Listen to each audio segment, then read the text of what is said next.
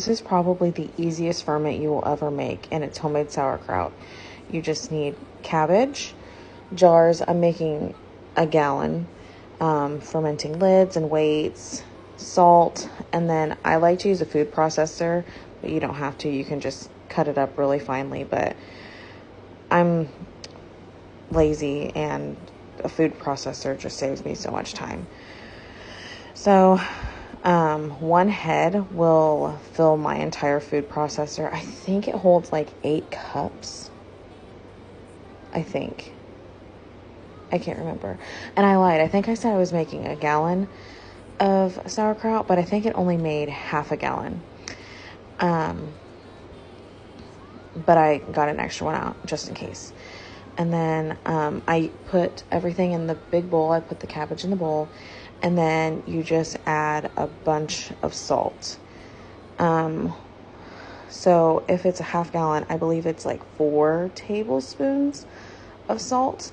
And the nice thing about this is, you know, in previous videos you use a brine. Well, this makes its own brine. So once you start adding the salt and massaging the cabbage, it'll start releasing liquid, and it makes its own brine. It's seriously the coolest thing. And you can see that after a little bit of massaging, it's doing its thing, and it's awesome. And so I just shove everything into a half-gallon mason jar, and look at all that brine. Like, holy cow. It's that easy, and it's so delicious. And I personally don't even like sauerkraut unless it's homemade. Like canned sauerkraut from the store, no thank you. Homemade sauerkraut, my kids will even eat it, and they get excited. I'm showing you that, like, if you have leftover cabbage leaves from the outside and don't have fermenting weights, you can shove that on top, which I ended up doing because I couldn't fill the jar.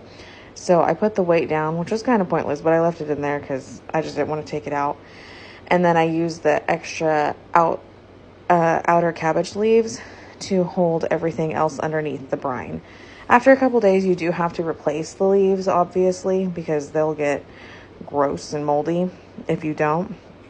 But as long as everything is underneath the brine, everything's delicious. I think the longer you leave your sauerkraut on the counter, the better. So I do like 2 weeks, sometimes more, depending on how hot my house is. But that's literally it. So just cabbage and salt, and you've got homemade sauerkraut that is extremely delicious and good for you.